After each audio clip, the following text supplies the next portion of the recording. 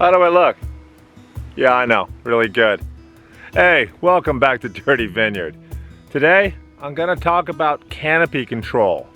Why am I standing in an orchard? Because I get in a lot of trouble with my son if I don't show it sometimes. It's looking good, Nick. There you go. Let's go over to the vineyard. We're just a little vineyard in the Pacific Northwest. I want to show you an entire growing season. From dirt, to harvest, to wine. Would you mind subscribing? Thanks. Let me give you a different kind of update this week. I used to think more was better. The bigger these things got, the better it was. And we did that for a couple of years. And because we did that, we ended up with kind of a crappy crop. Really small grapes, not very many grapes. You'd think if you get bigger plants like this, you would have lots more grapes. Not the truth. We used to wonder why our Arintos and Albarinos were so big and fluffy, and the Gracianos seemed to be lagging behind. God, we've made some dumb mistakes. It's going to need to be topped off eventually, and let me show you down here. A lot of these lower leaves are going to have to be pulled. So for instance, if you leave a lot of these leaves on here, they're going to be covering up the sun. So it's kind of a love-hate thing. You feel like you're getting rid of something that you grew, but it's best for the plant. Like everything else, canopy control, it's got to be timed just right.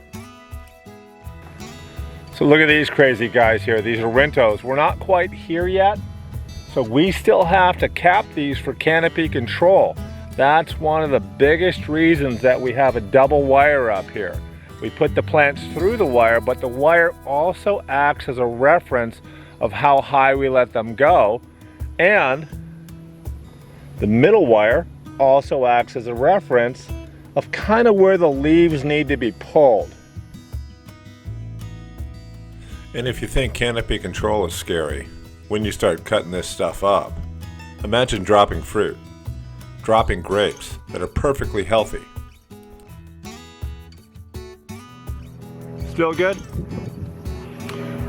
One of the questions I get a lot is why we don't clear out underneath the row itself. Like for instance, use a herbicide.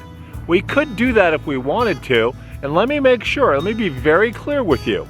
I don't think there's anything wrong with doing that. As a matter of fact, it makes it a lot easier to deal with. But on the other hand, just because it's just me and my wife, we don't do that. No, the owl's not here yet, but I did decide on a name. One of the other questions I get is, why do I go through all the trouble to mow the rows? There's a couple of different answers. The first one is it looks nice. It looks really, really nice on the property. The second one is it reveals gophers a lot more easily to me. And the third one is it's a lot easier to get around in this vineyard if I don't have calf deep like buckwheat, like some of the cover crop I've had for years. Another question we get is why didn't we get Gracianos to replace the Gracianos that we lost in a couple of storms, and we actually went with Sozo instead? Well, one of the reasons is we wanted a fourth varietal. Sozo seems to grow a lot better. The other really big reason is we're not going to make a red wine called Graciano. We will make an Arinto wine. We will make a Albarino wine. So with all the reds up here, we're always going to blend. We're always going to do something like that. So Sozo was kind of a natural choice for us. People keep asking me about this strip that you might see in the drone shots that I do. Why we have this, what is this? This is my wife's, it's her addiction. If there's a postage stamp worth of land here, she's growing something on it, which is awesome. Last thing, let me show you something kind of cool. When I mow, I end up having to look at every plant, and look what I found.